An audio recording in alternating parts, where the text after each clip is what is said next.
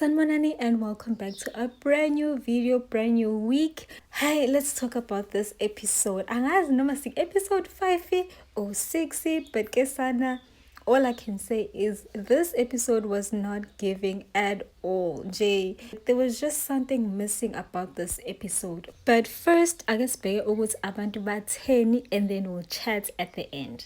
The first comment that I thought that was interesting was from Omalo othi mangase umbuze yena uMpumelelo ukuthi kwenzakalani ngomaka mhlophekazi angathi akafuni ukuyingena kakhulu leyo kodwa ezabantu indaba uphakathi shiqi, which is true ngempela. Like I've noticed ukuthi when it comes to indaba zababwakhe he's in there, uSneh he's in there, uLwandle he's in there, kodwa yena umbuzo ukuthi kwenzakalani he's gonna tell you ukuthi hayi asiphume lapho.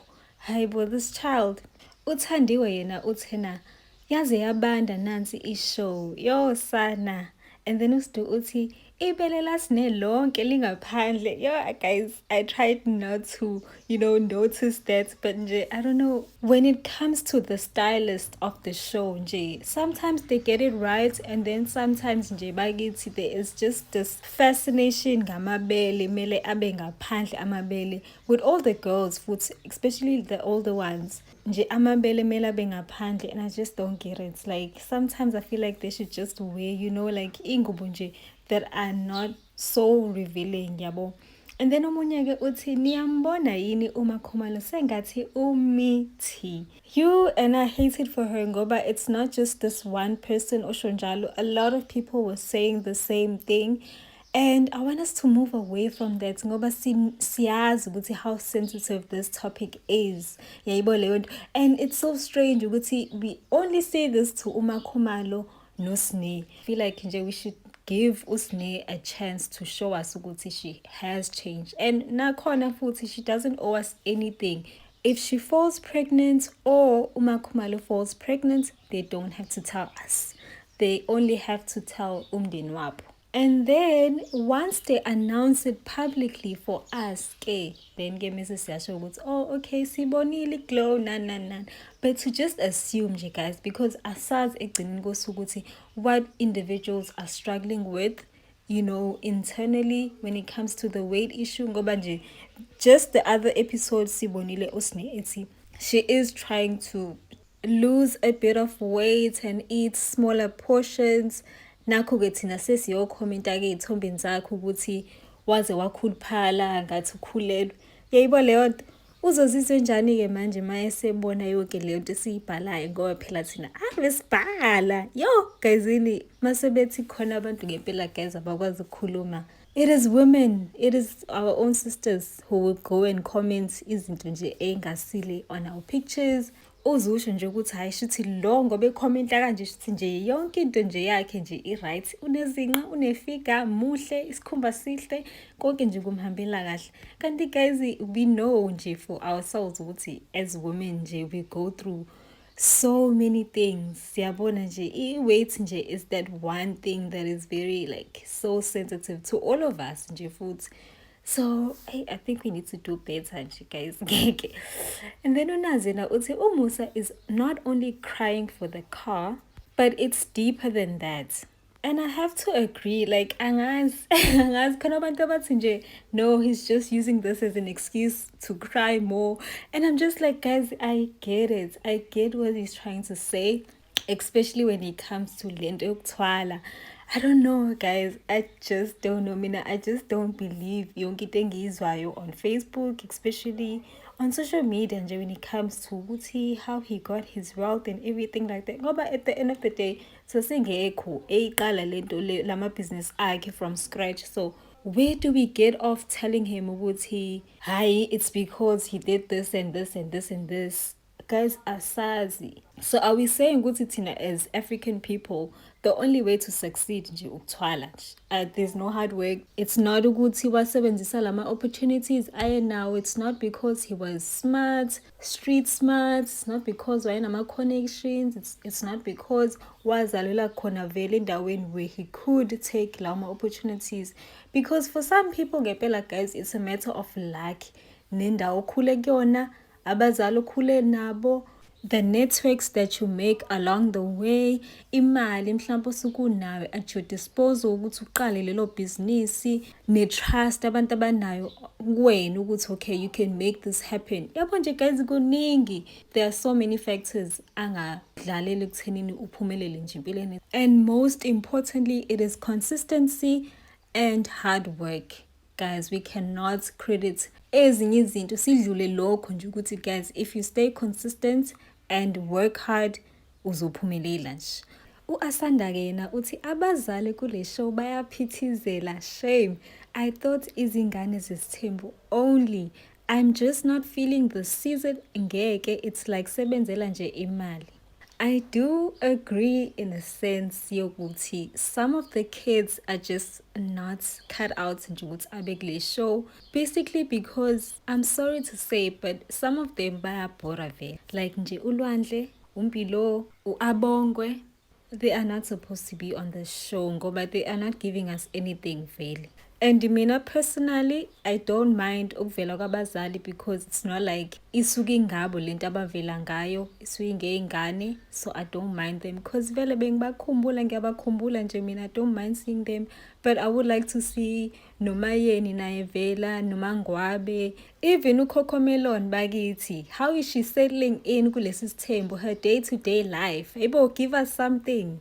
And another thing that people are sleeping on is Usne, guys. In Usne is the whole show. If the camera were to follow nje Usne impilo yakhe nje from ekuseni up until ntambama, we would get an awesome show. Let's see her friends, let's see what she does during the day when everyone is not around. Mine abangani bakhe, mine indoda yakhe, what is she doing? We would get nje guys an awesome show. Maybe she needs to have her own show aside. uNgcamo yena uthi hayi umseleku uyangiqaka kahle kahle uyalwa noma kaMpilo. I-reasoning yakhe nje iyabhida. Aphenduleke uNokwanda athi ukhona ngempela yini umuntu ekuthiwe angayo kuyovashela uma wakhe ngempela esaphila. Aphenduleke uNgcamo athi ngikuqala ngaye lo baba.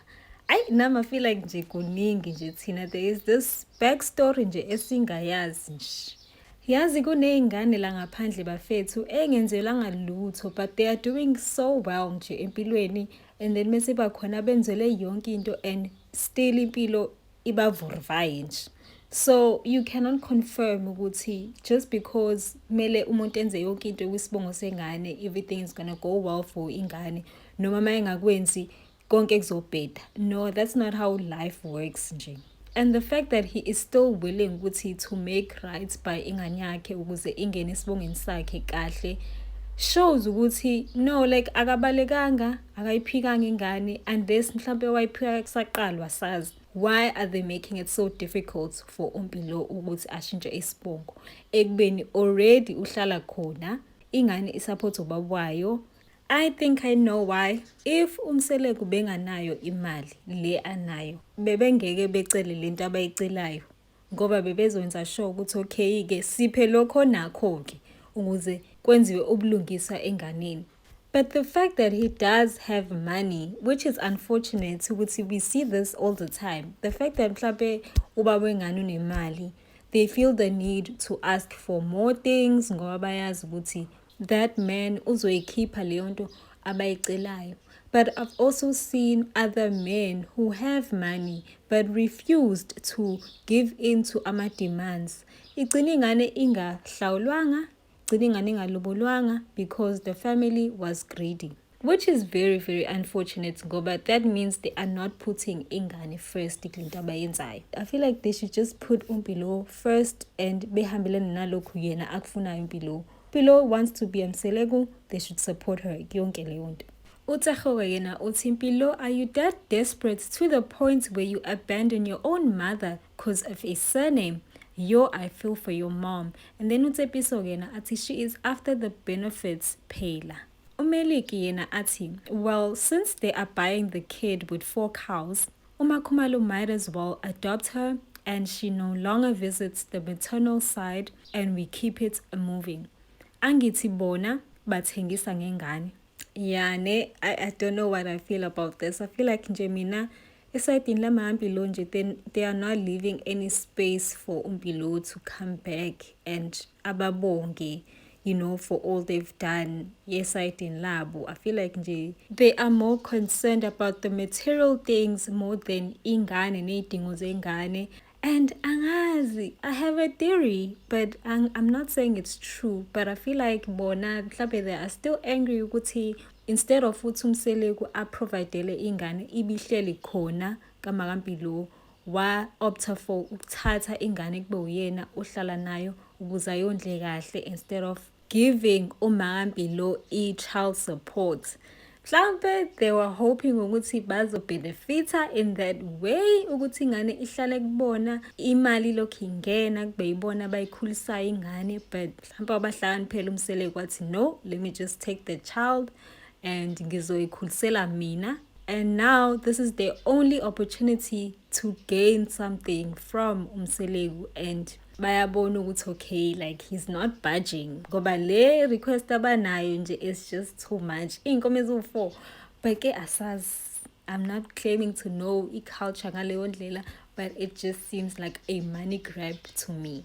But I did see Mpilo did go onto her stories to clarify ukuthi kwenzakalani about this whole situation. Wathi-ke finally changed my surname. We can lay it to rest now. Thank God. Hey, and nathi siyabonga because it was exhausting. Maybe now Mpilo can give us a little something. Sisho nje ukuthi okay, hayi Mpilo siyambona on the show. Ngoba phela manje nathi asazi kumele sithini ngoba every time simbona Mpilo on our screens, it's either she's within indaba zaSne noMpumelelo noma nje she's there in the corner being quiet. Sifuna ukumbona naye ukuthi what she has in store for us. Deep regrets ukuthi yenzeka ngale ndlela yenzeka ngathi very embarrassing on my side because it's manje just like ngithathe advantage, but I don't know, it had to be done unfortunately, like impilo yami bisimile. So sasishintshe lesibongo sakho. Hayi application ikhona impilo iyaqhubeka, but the time iqeda nje hawu ngizobe sekusethi ngiyogcovisa i-ID. Oh, okay. Kodwa izobe sesishintsha. Phambi kokuthi ushintshe isibongo eHome Affairs kini kunezinto esasingavumelani ngazo. Ekwakufanele bona ngokusho kwabo zilungiswe. Yabona? Manje ngifuna ukuthola lokho ukuthi bathi akwenziwe njani. Njengamanje bathi bacela ukuthi basale bazoconsulta bese bebhala incwadi. Oh, okay. Incwadi eshoyo ukuthi ziyini ke lezi zinto manje esebezozicela over and above lokho ababekushilo ekuqaleni. Okay. Sana, I really hope that we can relay these messages and relay them back very quickly because time is of the essence. Anything can happen. Xa uHome Affairs ethi nqwing Chomi, you are through. Wozonze ID. Mina I'll go. Nisa doba ama list mina ngizohamba mina ngiyoshaya ipass lami. So akusheshe. Angiqale ngokuthi le ndaba le ngiyayamkela. Kodwa bengafanele ize ifike la ikhulunywa wena ngoba wena uyingane. Yabo manje usuthathe isinqumo sokuyozimela as if mina ngikho uma wakho akekho uma wakho lomunye. Yabona? So uyingane kahle kahle. Kodwa fanele sik appreciate ukuthi ebunganeni bakho wenza into right. Hayi inqomo bengayilindela ngifoqa amanga, but I'm very appreciative because kusela kodwa ke so gonna erase the shame phela I have rather ukuthi ngenze ngale ndlela engenze ngayo phela ngabe ngiphoqa isimo. But I appreciate his kind words, even though I hate myself for it. Now le ndaba yokuthi fanele ulotsholwe ngifuna siyibheke kabili. Uma betha silobole bezobhala incwadi, sizoyibuka incwadi sibuyele kubona ngenkulumo ukuthi hayi no siyavuma noma sifuna. Okay. Kodwa nayi ingozi ukuthi uma sike salobola yonke wena into ozoyisebenza ibhekene nayo, ibhekene nomakhumalo, meaning masike safika la sithi sikhokha khona ilobolo, usuwumuntu wami. Uvela umngcele wangani. Ya awusayi le eMlazi. Njengoba uvakasha manje uthi usavakasha ekhaya ngeke kusenzeka. Uma sithatha le ndlela yelobolo ayisekho enye into engizongihlanganisa nalaba bantu.